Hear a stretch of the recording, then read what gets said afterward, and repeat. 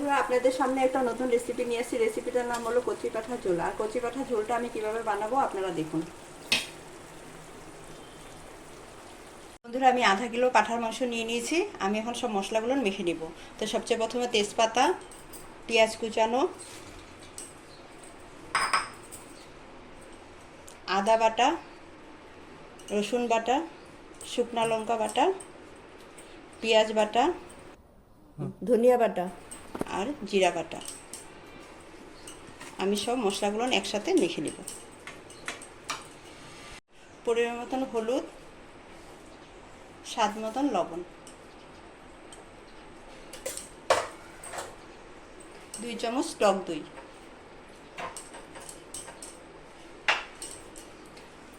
সরষের তেল,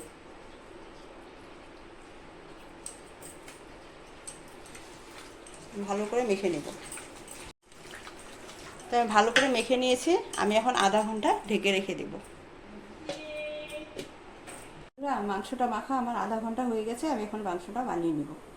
কড়াই গরম হয়ে গেছে, সরষের তেল দিয়ে দিব। মাংস মাখাতে সরষের তেল দিয়েছিলাম, এখানে আমি অল্প দিব। ফোড়নে গোটা জিরা দিয়ে দিব,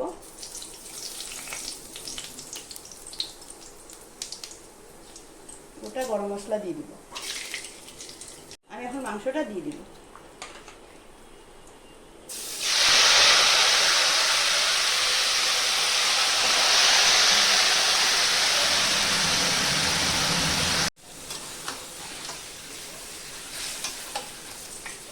তো মাংসটা মেখে রাখাতে অনেক জল উঠে গেছে। আমি এখন এই জলটা দিয়ে ভালো করে মাংসটা কষাবো। ঢেকে দিব।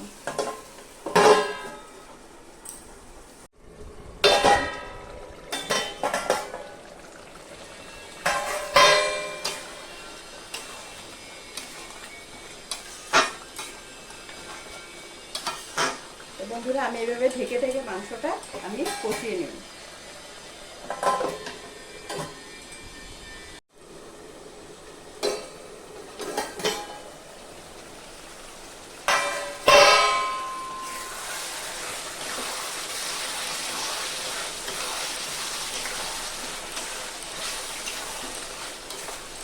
তো বন্ধুরা জলটা শুকিয়ে গেছে। আমি এখন খুব সুন্দর করে কষিয়ে নিব।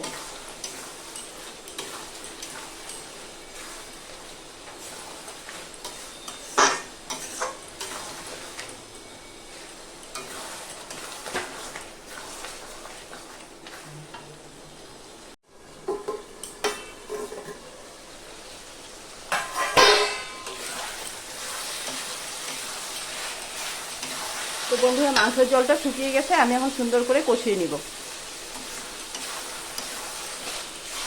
আমি আর ঢাকবো না, এখন ভালো করে কষিয়ে নিব।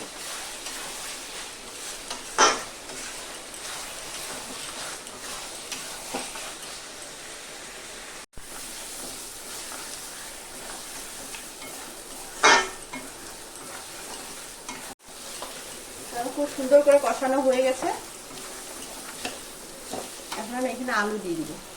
আলুটা আমি আগে থেকে ভেজে রেখেছিলাম, এটা দিয়ে দিব। এখন আমি গরম জল দিয়ে দিব।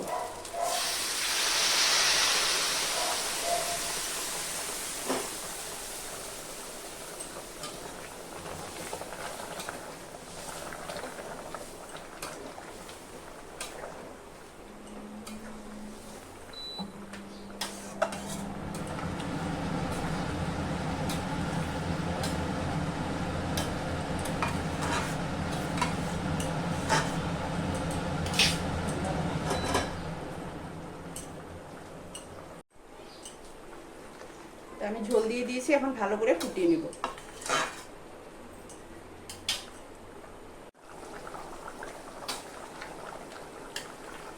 ঝোলটা প্রায় হয়েই গেছে। এখন আমি গরম মশলা বাটা দিয়ে দিব।